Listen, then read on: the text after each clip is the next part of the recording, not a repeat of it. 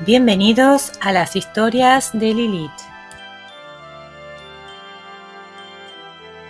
¿Cómo están, amigos? Bienvenidos a la parte número 15 de las mejores historias de Ultratumba. Hoy tenemos una nueva historia con muy poca información del autor. No pude encontrar sinceramente nada. De hecho, cada vez que ingresaba el apellido, el buscador me lo corregía, me decía, no estás pensando en esta otra cosa. Así que, no sé, me parece extraño, sinceramente, que en toda la web no haya información de algunos autores. Pero bueno, así están las cosas. Así que si alguien conoce a este autor o ha leído alguna otra historia, sería genial que... Michael Green es el nombre de este nuevo misterioso autor, y su obra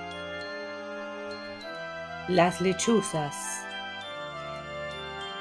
Michael Green no es un desconocido para los aficionados a los cuentos negros. La historia de fantasma que ofrecemos a continuación transpone al lector al corazón mismo de la ciudad de Bruselas. El autor resuelve esta narración mediante un recurso muy original. Trasladándose a otra época, el héroe halla la explicación de un suceso histórico poco común.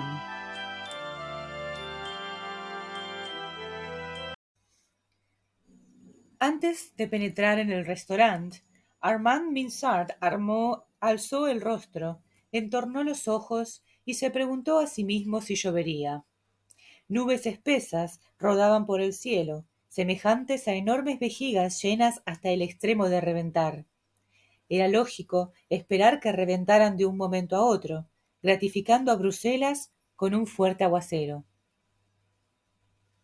Al final, empujó la puerta del establecimiento y luego de quitarse el impermeable, fue a sentarse a una mesita situada en el fondo de la sala. Encargó pescadilla a la flamenca y se deleitó regándola con un vino blanco de las uvas negras de Frankenthal. A continuación, se relamió con la exquisita cerveza Kriek Lambic y luego de encender un cigarro puro, empezó a fumarlo voluptuosamente, mientras paseaba un poco la mirada por todos los rincones del restaurante. El joven Armand tenía una larga cabellera de color castaño y grandes ojos azules asombrosamente claros, tan claros que quienquiera que los mirara fijamente experimentaba en el acto una extraña sensación de vértigo, lo cual, por otra parte, no dejaba de atraer sobre su persona la atención de la gente que penetraba en el radio de gravitación de la misma. De mediana estatura, con un cuerpo bien proporcionado, pese a una leve tendencia a la gordura, lo cual era una inevitable secuela de sus gustos de gastrónomo, así como de una manifiesta inclinación hacia la buena cerveza, tratárase de las de Alost, Maders-Sur, Orval o también de Audenarde.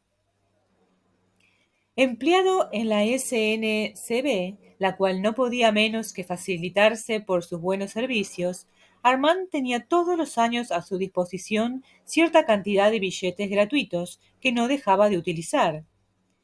Todos sus fines de semana y vacaciones los pasaba en algún rincón del país.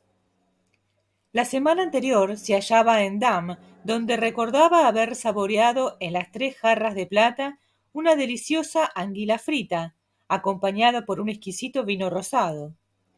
Aquella mañana había visitado el Museo Van Merlan, morada patricia medieval, que en 1468 había servido de marco a la boda de Carlos el Temerario con Margarita de York. Por la tarde había acudido a la iglesia de Notre Dame, cuya piedra fundamental había sido colocada en 1222.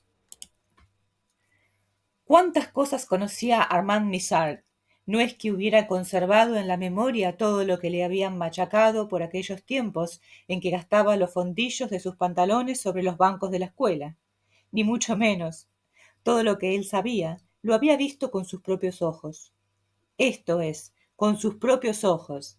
Así es, como unos pocos meses antes, cuando estaba alejándose del pueblo de Vannes, divisó en lugar de la pequeña capilla de Notre Dame de la Salette un inmenso alcázar, y pudo presenciar una extraordinaria escena. Asaltados, los moradores de la enorme construcción feudal habían fundido todo el oro que obraba en su poder y lo habían metamorfoseado en una cabra, que habían arrojado luego a un pozo.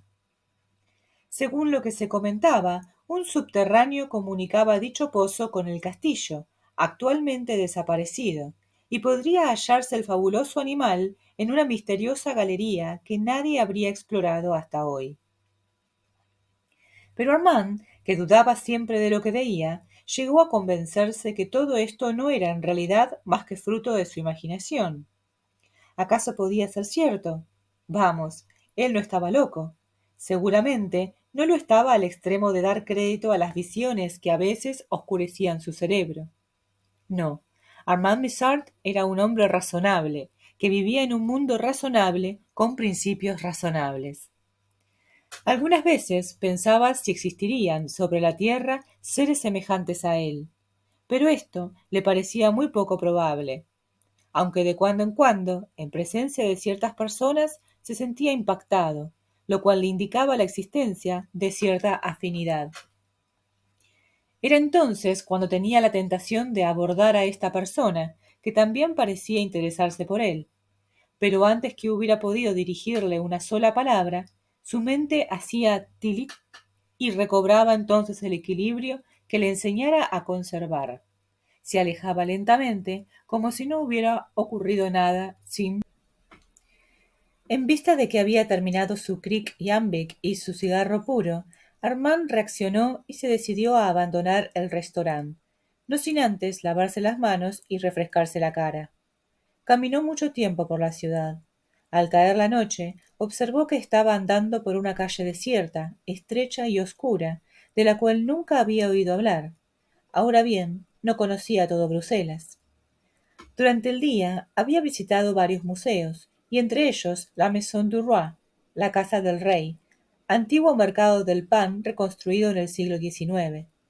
Era allí donde había podido admirar el magnífico retrato de una espléndida mujer, quizá en el Museo de Arte Moderno, o sería en el Museo de Wirtz.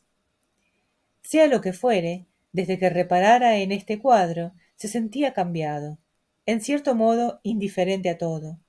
Y si antes había deambulado por la ciudad con la firme convicción de ir un poco a todas partes, ahora en cambio erraba, sin prestar atención a los lugares por los que pasaba. ¿Quién pudo pintar a aquella soberbia criatura? ¿Quién era aquella maravillosa náyade? ¿Cuál era la inscripción que había podido leer al pie del retrato?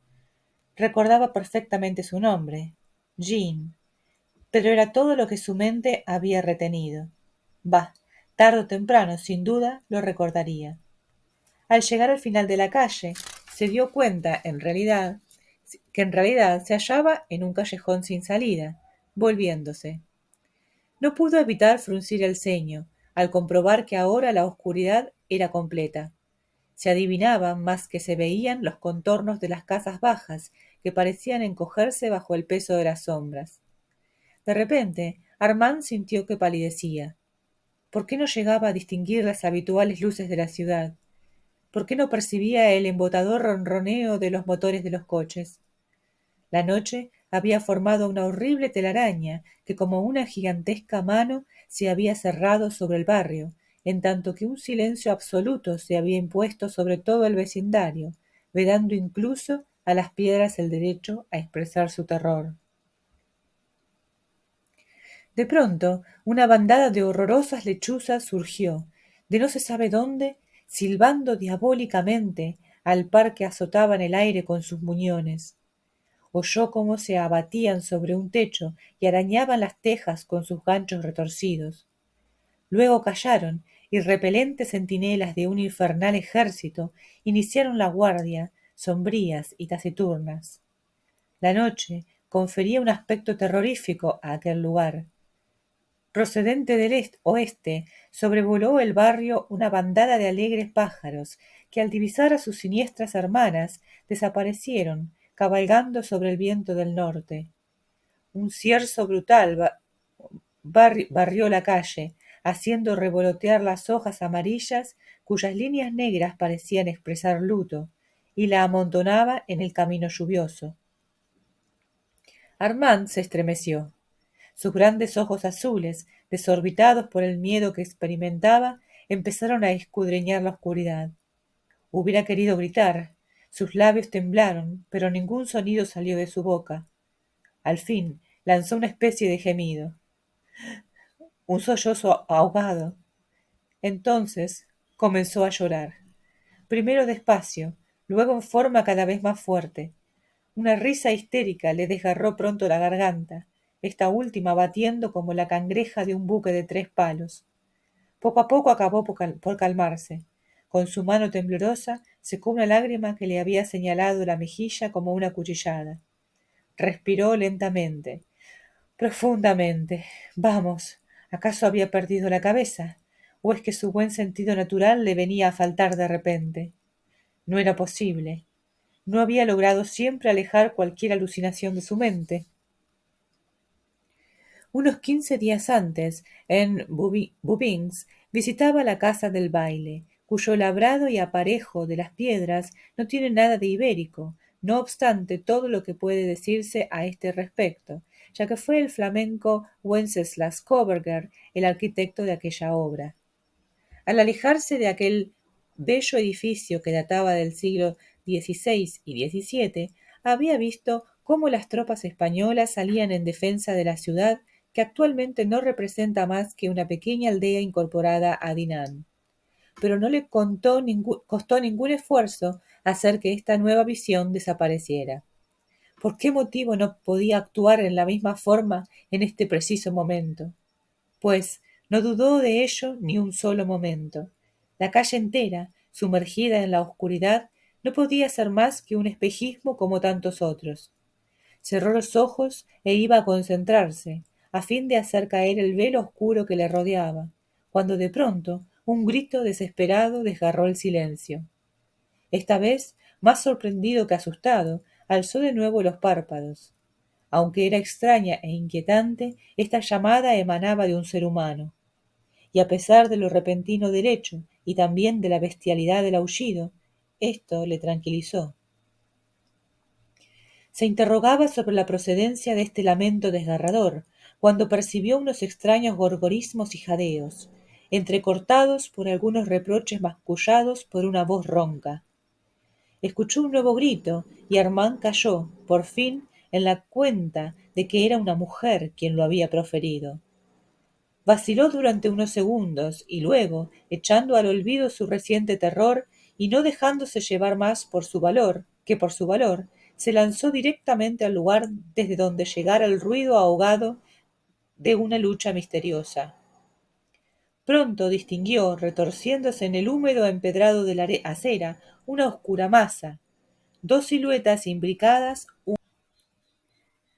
Armand no era, hablando con propiedad, extraordinariamente fuerte, pero un golpe seco con sus puños juntos en la espesa nuca de aquel hombre grueso bastó para poner a este último fuera de combate. El cuerpo del desconocido se desplomó. La chica no tardó en darse cuenta de ello.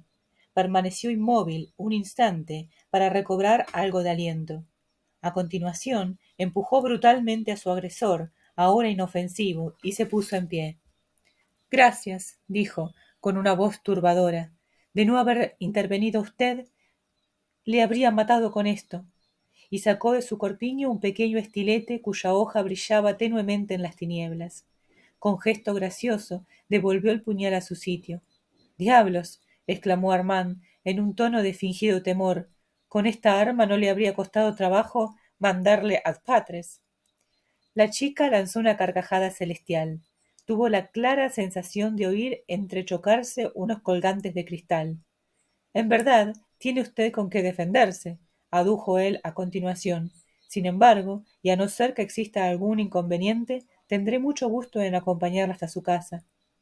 Como no contestara, añadió rápidamente: Por cierto, ¿dónde vive usted? Se le antojó que ella vacilaba durante un breve instante, tras lo cual informó con aire alegre: Vivo al final de esta misma calle. Estaré encantada de que me acompañe hasta mi domicilio. Con ambas manos recogió su largo vestido, para que no rozara el suelo, y se alejó rápidamente, seguida por Armand, que no tardó en alcanzarla. Le brindó galantemente su brazo, lo cual fingió primero ignorar. Luego, sin decir una palabra, sin volverse siquiera hacia él, consintió en apoyarse en él. Un suave efluvio emanaba de su protegida, lo cual no dejó de conmoverle hondamente. Había conocido muchas mujeres, pero no había experimentado nunca una impresión semejante. No habría sabido definir el perfume que se desprendía de aquella mujer. Era exquisito, salvaje y penetrante. Sin darse enteramente cuenta de ello, dicho efluvio le transportó 10 años atrás, en el tiempo en que era un adolescente y recorría la selva del Congo belga. Cierto día su padre, que en paz descanse, le había llevado a una aldea cercana. Ya caía la noche cuando llegaron.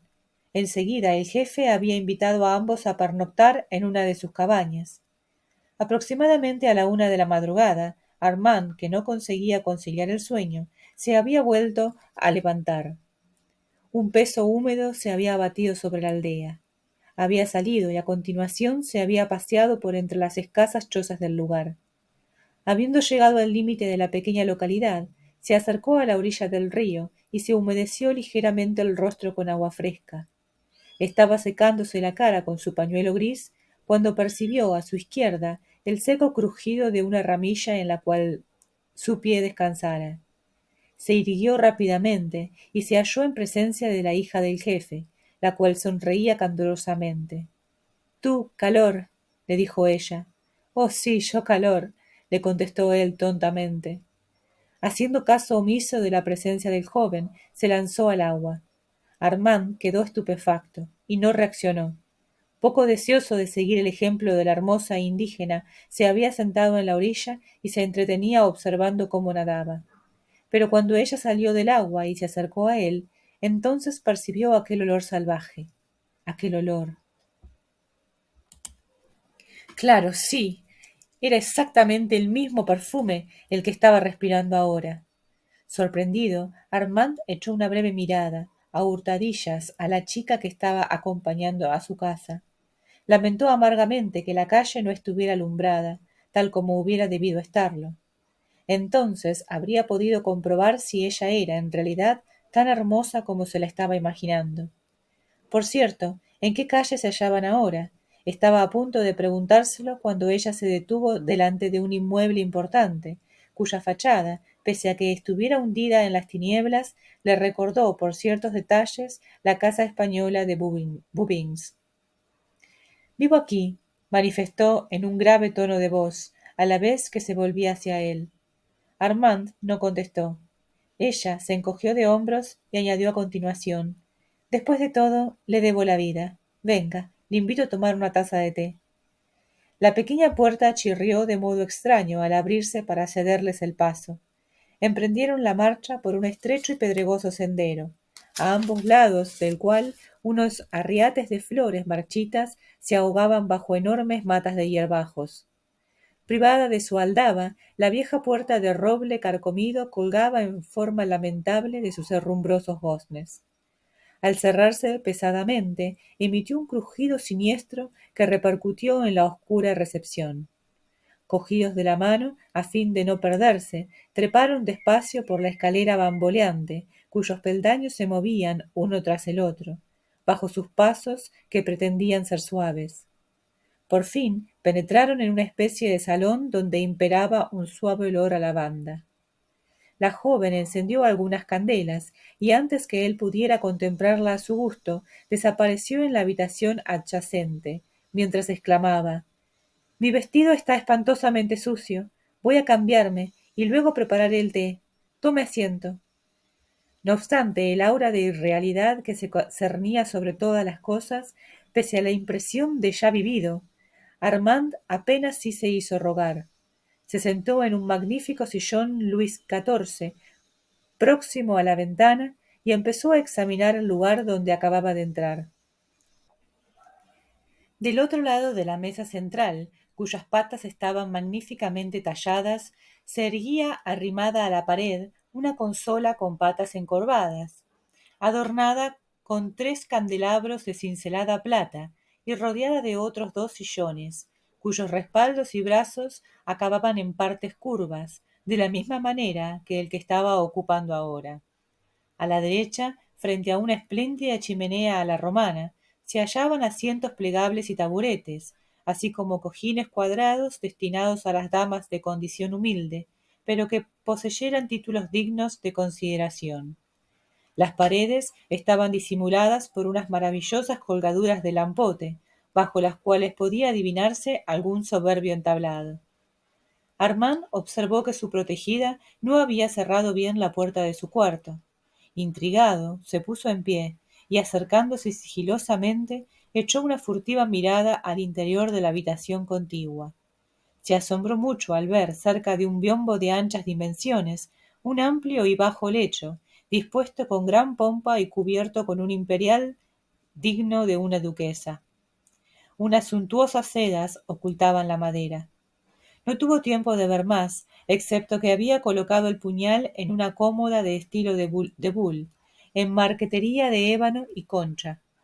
Procediendo del otro lado de la inmensa pantalla adornada de laca de Extremo Oriente, le llegó el ruido de un suspiro de alivio. Se apartó y volvió rápidamente a su sitio. Sin embargo, como ella tardara en volver al salón, le preguntó en voz suficientemente alta para que ella pudiera oírle: ¿Cómo es posible que en una casa aparentemente tan deteriorada disponga usted de 1 o 2 habitaciones amuebladas en forma tan agradable? Transcurrió mucho tiempo antes de escucharse la respuesta. Mi familia, explicó finalmente, de la cual soy la última representante, era muy rica. Por desgracia, unos reveses de fortuna nos obligaron a deshacernos de nuestros servidores, lo cual implica el mal estado del inmueble, y a venderlo todo salvo el mobiliario de estas 2 habitaciones, que consigo a duras penas conservar en buen estado. Pero hablemos de usted. ¿No temió que le alcanzara algún golpe peligroso al atacar al despreciable individuo que quería lastimarme? Armand no pudo evitar una sonrisa. —¡A fe mía! —exclamó—, se hallaba demasiado ocupado en querer lastimarla, como usted dice, para oírme llegar y poder defender eficazmente. Por otra parte, ¿no fue Julio César quien dijo: entre todos los pueblos galos, los más valientes son los belgas? Oyó cómo se reía a carcajadas. Su voz cristalina llegó hasta sus oídos como una clara cascada. —¡Ah! —exclamó—, usted es belga, y si puede saber, ¿de qué estirpe? ¿De los morianos, menapianos, aduatucos, eburones, germaní o condrusianos? Armand permaneció boquiabierto. Luego también él lanzó una carcajada. Francamente, dijo, no lo sé a ciencia cierta. Seguramente de los aduatucos o de los eburones. Pero, ¿por qué se extraña de que yo sea belga? ¿Acaso no lo es también usted? Es muy posible, contestó alegremente, pero en tal caso descendería más bien de los morianos, aunque siempre tuve la creencia de que yo era de procedencia atrebata, a no ser ambiana. Él seguía riéndose, pero su risa se petrificó cuando ella entró en la habitación. Sintió que su mente se extraviaba y que su corazón latía ruidosamente hasta estallar. Sin embargo, su aspecto no tenía nada de extraordinario. Llevaba un largo deshabillé de seda azul, por lo cual pidió disculpas. Espero que no me considere una mujer impúdica. En realidad, no poseo más que un solo vestido, y por los motivos que usted conoce, tuve que ponerlo en remojo en una gran palangana. Armand sentía todo aquello como algo irreal, pero por más que se repitiera a sí mismo que estaba ante una nueva alucinación, esto no dio ningún resultado. Se hallaba realmente ante él, divinamente hermosa. —¡Dios! —gritó—, qué forma más extraña de ataviarse. Haciendo caso omiso del comentario que terminaba de emitir, siguió mirándola detenidamente, como hipnotizado por la adorable silueta que se erguía frente a él. Sin duda alguna, era realmente ella, la dama del retrato. Largos cabellos castaños cubrían su bella espalda hasta por debajo de su cintura. Encima de su nariz picaresca, grandes ojos azules, rasgados, destilaban bajo los párpados de palpitantes pestañas una mirada fresca a la par que inocente. Su emoción No conoció límites cuando se dio cuenta que la joven, y por tanto la desconocida del retrato, se parecía a él en forma extraña. La muchacha percibió la conmoción que su entrada en el salón produjo en Armand. Desconcertada, por un instante, creyó que su vestimenta se le antojaba a él fuera de lugar y hasta indecente.